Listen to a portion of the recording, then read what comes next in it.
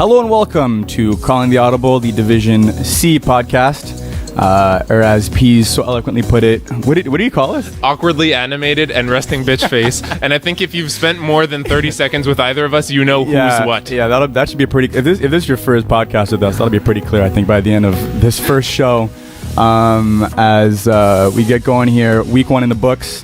Justin Blanchard here with Jam Calethris, the Eagle at Master Control behind the scenes. Hello. Where's the cob, bro? You got to get the. All right, that was halfway decent. That was.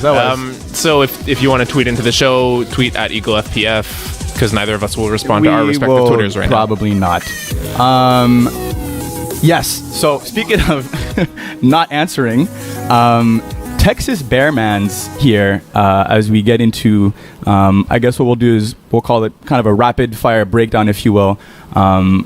Breaking down each team game by game in terms of the first week of play. Texas BareManz had the win and then lost it because they couldn't calculate cap. Yeah, it happens. It's an unfortunate ending, unfortunately.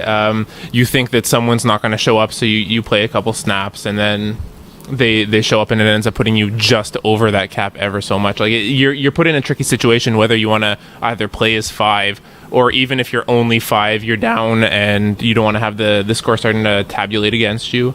It's at the end of the day, it's a management decision. I'm sure that Jalen Grandison will stand by it. It's just rough considering how much promise Texas BareManz had coming out of the gate, and lucky for Smash Bros, who are missing their quarterback for the first three or so weeks. They managed to sneak out a win in this instance. Just to clarify, so we added something new to the site this year where now when you're actually looking at the score sheet, there's a tab for roster, and at the bottom, if there's a big gigantic X, it'll tell you that you violated either the quarterback cap or the roster cap or both. So very useful to have. In this, I don't remember off the top of my head what the caps are for Div C, but I 460. So I have QB cap violated and I have the total cap violated. So I mean, I guess real quick for Texas here, what do you do? Was this just in your opinion a matter of just them bringing in a sub, or is this did they just not see? I feel like that's my understanding that Jalen Grandison wasn't supposed to play, and then they weren't going to be enough players, so he got onto the field and then recused himself when they were enough, but that was enough to put them over the cap, considering Jalen Grandison is a fantastic athlete and has a good rating. Right.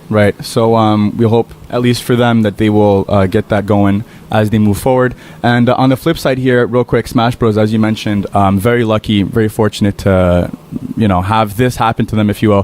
What are your expectations, real quick, then, considering that they should not have their main quarterback for the first 3 weeks? Well, it's a very interesting roster because aside from Joseph Cano and Jonah Cohen, there's no one else really who remains from that Smash Bros core. Neither of which was present in this game, actually. Yeah. Cano wasn't there either. Carry on, yeah. We'll talk about their notable acquisitions. I think that one of the notable losses, unfortunately, is Sasha Papich. He's a player who was very, very prominent in FPF, has made a name for himself in the higher divisions, deservedly so. And it's going to be a little bit of a lack to not have him on this roster. That being said, we'll talk about the acquisitions, but Smash Bros still look very, very good. I think that we can expect a lot from them, considering that this is, aside from a few upper division players, they're really role players and X factors in the lower divisions who are meshing into a Division C team that can do some damage. Yeah, I mean one of the main ones, in my opinion, is Jonathan Garfinkel here, who is one of the lower division studs. Really tackling made a name machine. Himself. Yeah, great defensive awareness. Just overall talented. Yeah, I think really my only reservations, towards Smash Bros is just looking at this roster real quick. It just seems like it was just like Jonah Cohen calling up a bunch of free agents and just putting them together. It's tough to kind of determine, whether the talent itself will be enough to make up for the lack of chemistry, of time played together, just of general knowledge of each other. I really like the U package of Josh White and Kyle Pedvis on this roster. That's a game changer for me. Definitely. I do agree with that. This sort of calling up the free agents and putting a team together, it works more often than you would think. There are often instances where it doesn't work at all, but I think that especially as well, a name that can't not stick out to you is James Floriani. He's not quarterbacking, but at the receiver position, if you need someone who you just need to air the ball out to, James is high on that list and will do really, really well in the Smash Bros sort of system. Great defensive mind as well. So having that speed, that talent, and a go-to receiver like James will help tremendously, in my opinion. Definitely. A second blowout that remained a blowout.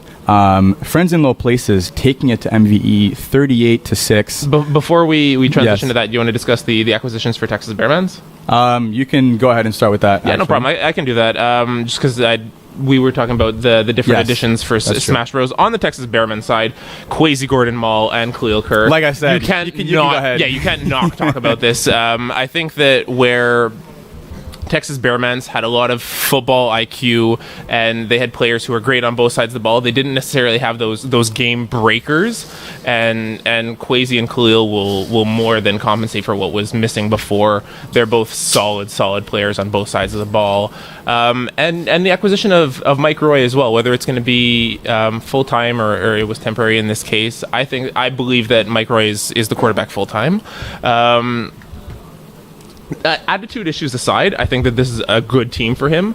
Unlike the NoName core, I think that he won't have the pressure of trailing behind in these games, and he doesn't have to worry about like consistently scoring, and he can just take what the defenses give him. He can trust that first and second read and not have to force a window for a touchdown, worrying, hey, am I going to be on the field again trailing? He's got a proper team to help him succeed in this case. Yeah, all solid points. Yes, so Friends in Low Places, 38-6. I think that's a bit of a shocker. No disrespect to Friends in Low Places, but MVE is still, that's still a solid core. They've been around for a while. Yeah, sort of the Division 5B champions taking on a Division 4A team. Yeah, it's still, that's still a pretty surprising result. And, credit to Danny Demore, right? 5 TDs, 0 interceptions, and that's without the help of Kevin Smuda, who wasn't present. So all the more surprising, this result. For MVE, that being said, it's not too surprising when you go back and look a little bit and see what they've done in recent seasons. They're back this season after a 2-7-1 season in 4A in the winter. One thing I noticed, they gave up the second most points per game that season. Listen, given this game, it really seems like they're back on that same track. And, that's with the return of Jovan Kober, who's back from last spring, that's huge on both sides of the ball, and as well as hopefully in their case having Matt Rene for full time. Yeah, Matt Rene and Laurent Foucault as well, who's also a solid receiver in his own right. So they're making these sort of acquisitions to be successful. They make the right additions. It's just going to come down to executing those plays, because oftentimes Gab Cote is a great quarterback. They have solid receivers. Vincent Lazo, who was missing week 1 admittedly, but is a fantastic player.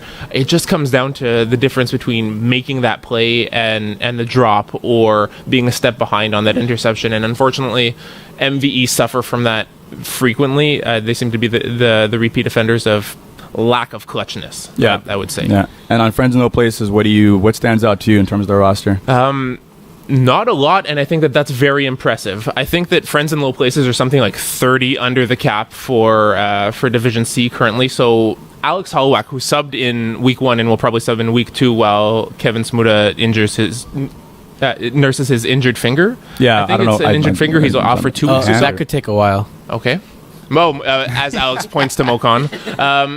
But I think that even when Smuda comes back, Alex Holowak still fits in this roster, which is dangerous. So I can foresee them keeping him around every so often, making sure that he's playoff eligible just in case. But this is a strong team already, and they're undervalued at being 30 under the cap currently. Yeah, no, that's definitely I think a really good thing for them. Danny Demore leading this squad. They've been around for a little while now. They know each other.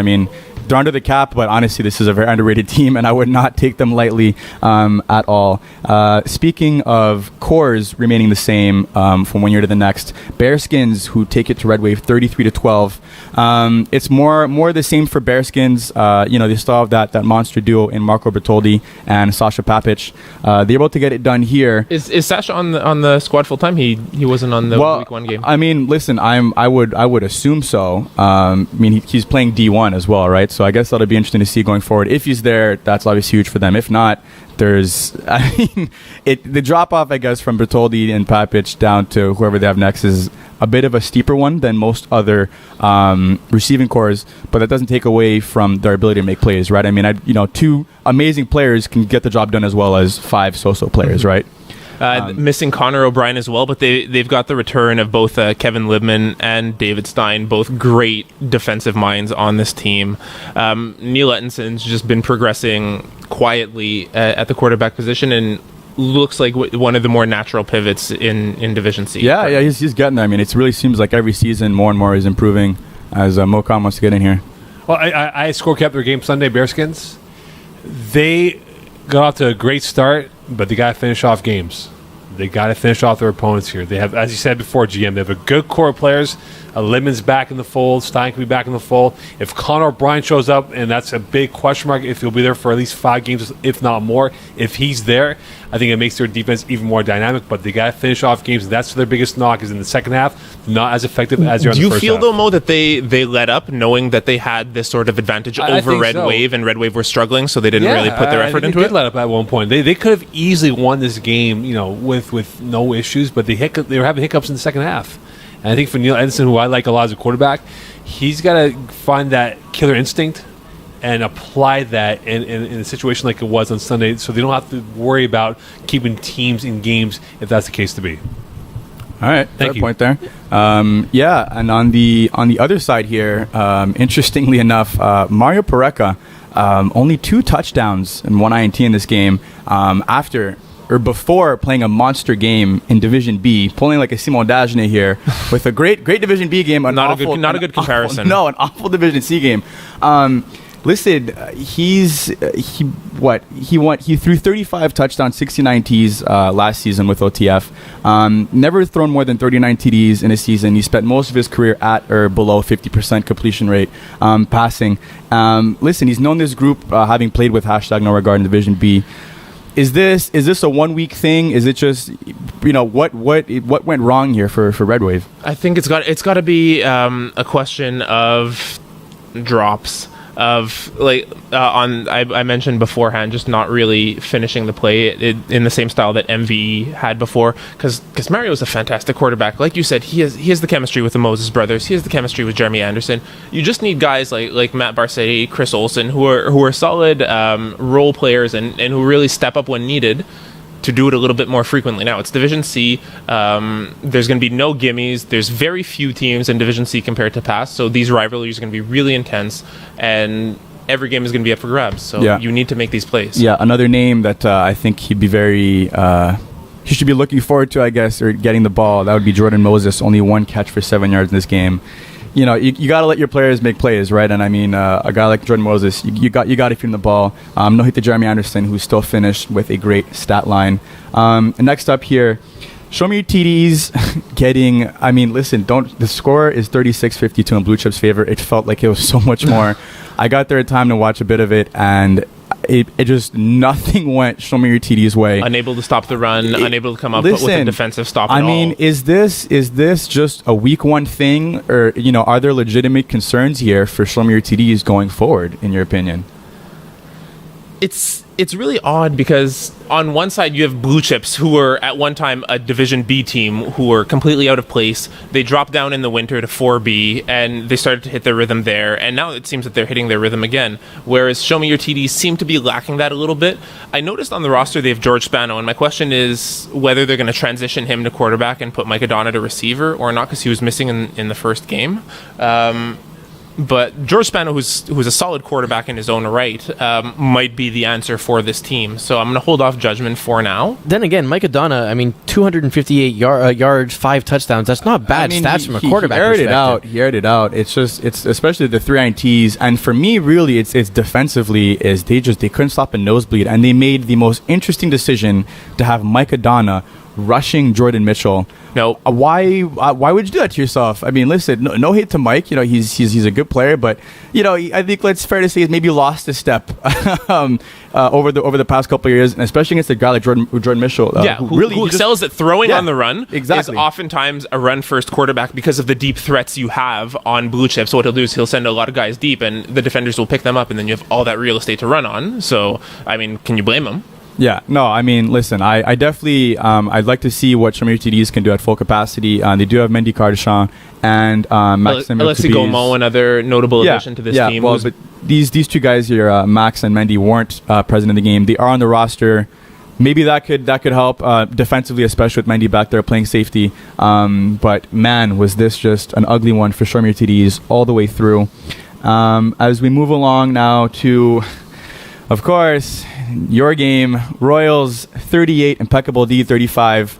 I also talk about defenses who can't stop. No, something. but listen, we'll hold off for the defense for a second. I still don't understand how you're able to get the rosters you get to fit the cap, because yours is absolutely insane. I think the benefit from that is that Corey Johnson didn't have a passer rating because he didn't actually throw in the winter season. So having him at his base 62 rating for when he played receiver was certainly helpful. You got McLean, Lonnie's in there, you know, sure hands, yourself, Maxime Giroux, Vince Nardone, that is, and Sam Hansen, of course, defensively is just, this is basically like still teamless, right? Just with correct quarterback. And I mean, between him and Lonnie, there's not much. Well, when you think about it, yeah, still teamless. We're a 4A team. Yeah, exactly. Removing your 80, 88 or what have you rating put from Vince it. in. Yeah, there you go. So it's a trade-off. Honestly, yeah, it's a trade-off, and you know, Vince is an amazing player in his own right. And Corey, I mean, listen, I've seen him throw the ball around a bit. You know, I don't want to kind of, you know, put any diss on my forward quarterback on Lonnie Johnson here, but Corey can zip the ball, man. He's got a great arm. Lonnie will say he got it from his older brother. Yeah, that's it, huh? But yeah, no, obviously, I think you guys are definitely, you know, one of the premier front runners. I mean, you say that, but they only won by 3 points, which means Impeccable D's got a roster too. Well, that's what I was getting at as well. I mean, Impeccable D, you know, Jeff Rosenblatt in there coming back after his injury. You know, you have the Aridis in there. Kevin Bustani's back. Bustani that's also great. Is Ryan Aridi not rushing? No, he's not. He did not in that game, at least. Yeah, well, we'll get back to that when we go look at our previews. But no, that was interesting to see that he didn't rush in that game. Listen, they still came away with it was a great battle back and forth. You know, I think that we'll be definitely seeing both of these teams stick around come August. As we move ahead now to Jagerbomb getting dropped 44-26 by the commission. Speaking of teams that look strong, the commission. Yeah, I'll let you take them real quick. Go ahead. Yeah, so the commission have already been a solid team. Sean Avram, Eddie Lee, Don Benevento, that sort of core. They've added AJ Gomes. Jordan Allard's back. Matt Patrone. It's crazy. You've got lower division utility player like Zach Alberts-Gill. This team they have to be like well built. 0.1 under the cap. This honestly. team is well built. All the way through, great depth. You know, Zach Alberts-Gill is a great pickup. It'll be interesting to follow him and see you know, whether he can make the transition, right, from what I think was the Division 6 that he played in last, right? Granted, you know, he absolutely balled out. That's still kind of a jump from 6 to C. But obviously that's amazing. And listen, Jordan Allard, I mean, he said it on the press conference last year that, Sean Abrams said that, you know, him and Jordan Allard, they go way back. They have great chemistry. We saw it in that final. Those two honestly are going to be somewhat, you know, a premier pair in this division, stats wise and especially points wise, all throughout the season. And that's not to take away from Jagerbomb either, who have been solid. It's the same core. They've moved up. Former Division D champions. They were in the spring championship as well. They're a strong core, so it's impressive as well that it was this close for them, but commissioner just strong. Yeah, definitely. So I can't really blame them at this point. And yeah. We've seen this from Jagerbomb on multiple occasions where the first few weeks are always a little bit shaky. This might even be a little bit of fatigue coming from the previous finals with a loss in that one, if I remember correctly. Yeah, so the last play actually, so that's tough. They'll recover, I'm pretty sure of it. Well, I mean, it'll be interesting to see because I took a quick look at their upcoming schedule, and listen, after playing the commission week 1, some of the notable remaining opponents include Backyard Bullies, Royals, Junkyard Dogs, Blue Chips, BearSkins. Those are some not gonna be easy, heavy-hitting teams. You know, I don't want to take anything away from Jagerbomb, but listen, you know, if they could easily finish something like 5-5, potentially maybe even 4-6. Obviously, all I have to do is just get in the game, right? You get in the playoffs. You know, from that everyone goes 0-0.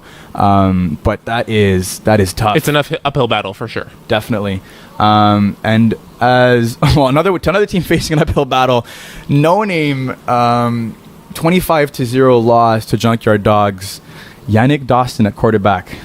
What is your take on that decision? My take on that decision is that it's not the answer. If this is a learning season, it's going to be a tough one.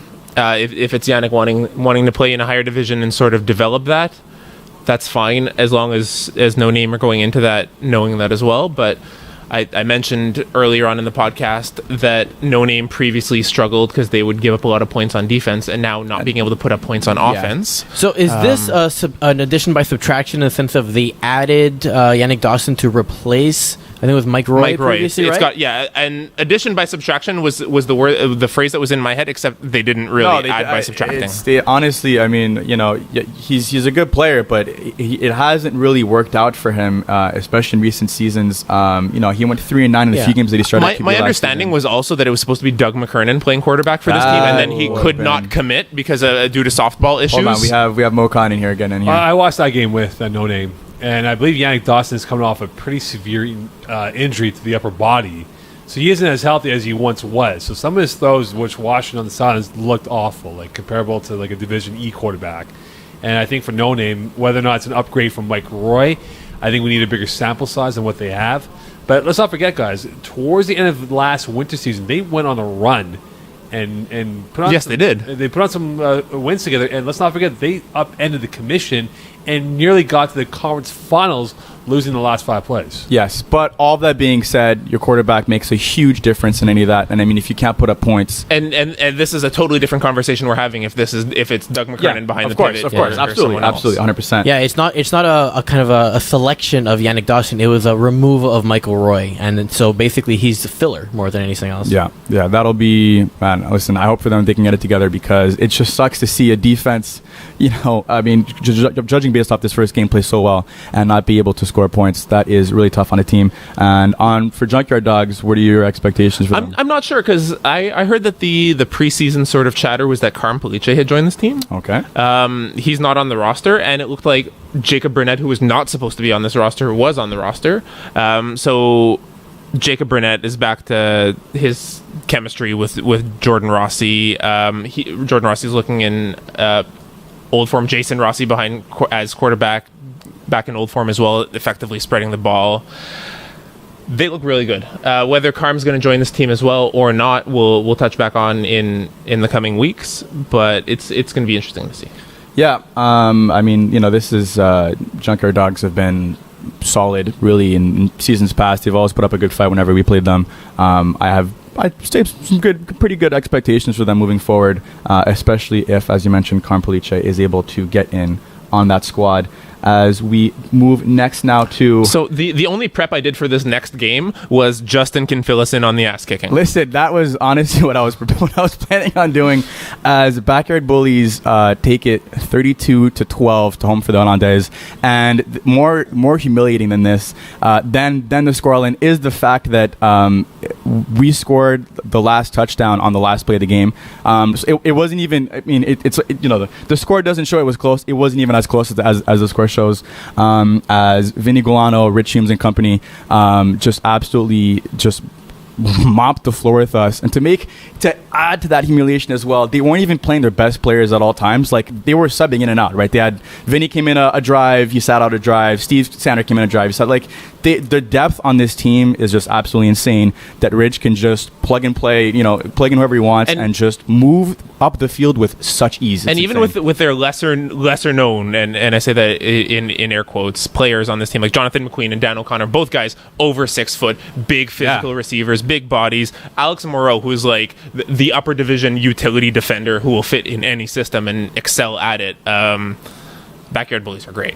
Yeah, I mean, I don't know much else there is to say. I mean, in terms of football IQ, in terms of athleticism, that's the thing with a team like Backyard Bullies with which Hume's at the helm, is that he calls great plays, and it doesn't always work out, right? Sometimes he kind of catches himself running in the backfield, but he's able to just toss it up and just let these players make plays, and that's what he did in this game, especially against me, as I got destroyed on a 4th and long bomb that Steve Sander just kind of went up and boop, and that was it.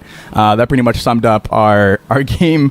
I mean, for us, listen, we all know it, right? We're going to live and die by the sword that is known as Simon Dagenet. As offensively, he was just completely off in this game. Overthrowing, underthrowing, throwing behind his receivers. It just, the play calling was terrible all the way through. We'll really have to get it together. Otherwise, this is going to be another rough season for this group. Also experiencing a rather rough game was Going Deep. Only 6 paltry points versus the Nuggets, who scored 32 of their own. Nuggets finished 1-9 in D3 in winter, dropping down here this season. Notable additions here to the full-time roster. Raphael Ducalapam, who's able to be a fantastic receiver. Definitely. And Max Vernagagne as exactly. well. Yeah, so that's it. It's all the sort of South Shore Bruisers core who do really, really well together. And La Palme made a really big difference in this game. I was watching it because Pat Riot's my boy. Two of Pat Riot's interceptions were tipped off of his hands. 2 of the sacks were on 4th down in Nuggets territory as well. So he made a huge difference in basically preventing Going Deep from getting on the board. So it's a very interesting concept, Going Deep. They have Julien Paiement, who's been added, Charles Bayard-Géon, who's been added as well, who's an upper defensive mastermind, great player. So speaking with this roster, the reason why they're registered in C is to have those 2 players play at the same time.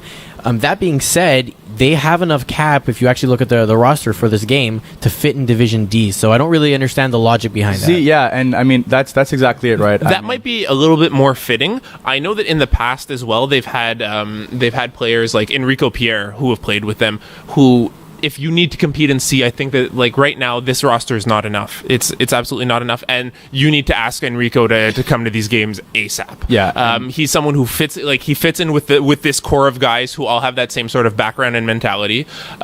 So I think that he would be the natural addition to this team. He's a former Division 2 player, former Division 1 receiver of the year, and I think that while he might not solve all their problems, it'll be a step in the right direction. Yeah, but see, all that being said, I think that for Going Deep here, the main question will always rely around your boy Mr. Riot here.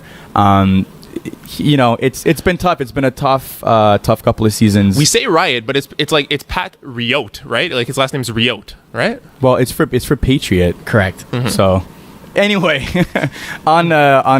staying on subject here, I'm just not sure that he'll be able to play at a high enough level in where this team can compete week in and week out. That's just the way I feel about this team.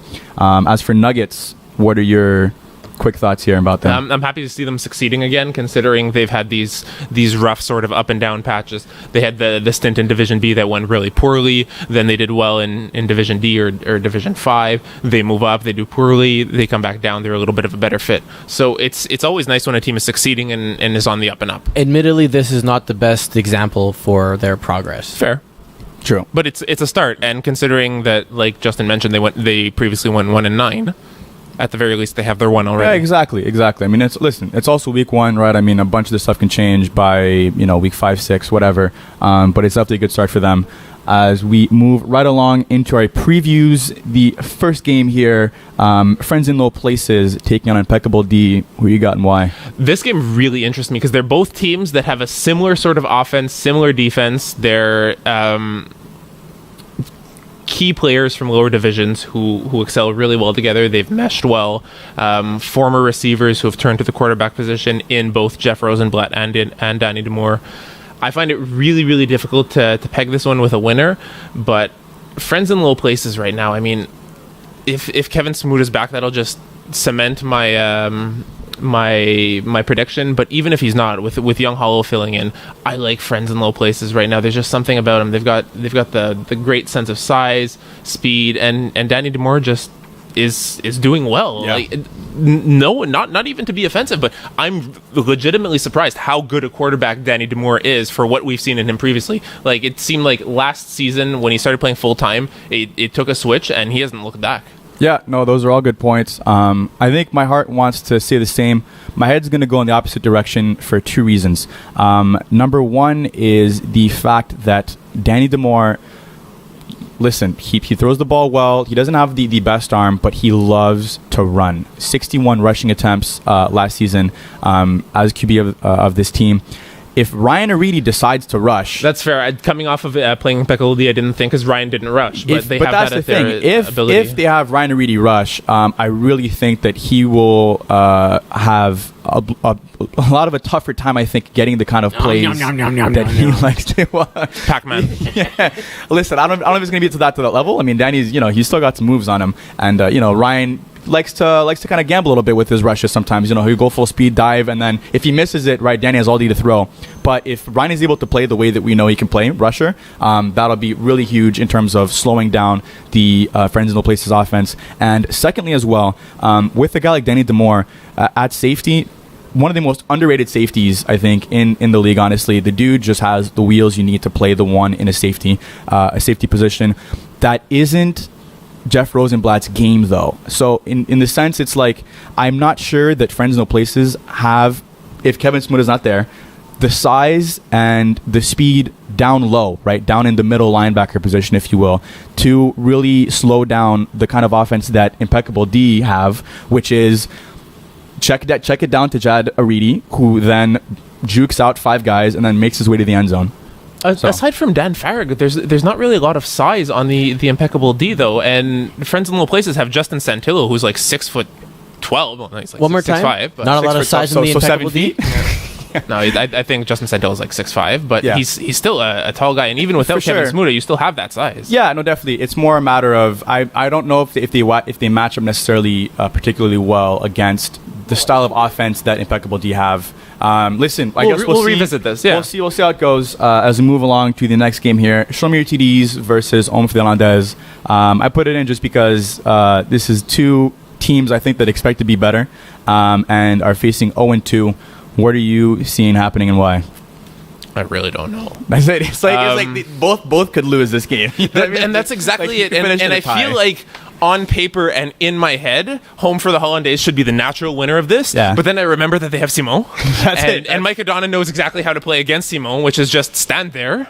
But then they might make weird decisions, like having Mike Adonna rush running quarterback. Yeah, so who knows? I don't know. Who knows? So on paper, Home for Hollandaise should be the winners. And give me Simon to win this one. Well, Eagle, real quick, what do you got?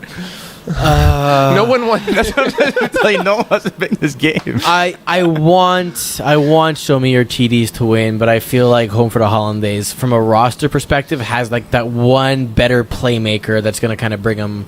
Like I can see like a Mintontan interception to kind of like seal it the game. That's okay. Yeah, it might, or it might go the complete opposite. I like how you put it in the hands of a defense and not a. It's definitely not going to be a game-winning drive on offense. If you need someone dashing to win your game, you're screwed. Unless you're playing against them. That's it. Yeah, that's it, exactly. Last one here, MVE I love you, Simone, versus NoName. The last time that they faced off was in the winter season. Mike Roy led NoName to a 39-6 victory, but key in that game, NoName had Steve Hovington subbing in at quarterback, so not really particularly relevant to this season's discussion. Who do you see taking it? It's got to be MVE right now. If Mo's information is correct that Jan Dawson is injured, I didn't have a whole lot of faith in him to lead this team at full health. So being injured brings it further into question. MVE, like I said, I like the players that they have on paper, but they haven't really been executing. This is a good example for them to sort of hone that, pick up on the mistakes that they've been making, and work for it. Because if you want to make a run in Division C, get all the errors out now. MVE. Yeah, I'm gonna have to agree. I mean, what I see is two struggling offenses. One team with a perceivably better defense at this point in NoName, but the other team with a quarterback who's actually proven he can put up points at this level. Granted, not necessarily consistently, but it's there. The talent is there. He's proven he can do it, and he's not injured, which obviously helps things. Have to go with MVE in this one. GM, your final thoughts? It's a lot of fun. I'm happy to be doing this with you again. Yeah, this was good. It's I like the setting actually. I didn't like it going in, but this was a fun week here as well. Here it will be the last one here. Exactly. So I'm sorry that you got so used to it. I know. As we transition to Rob's parents' basement. FPF Studio. In Rob's parents' basement. FPF Studio. That we can colloquially refer to it as La Cantina if you want. That is it I like that cantina. for us here. Tune in next week. Thank you. See ya.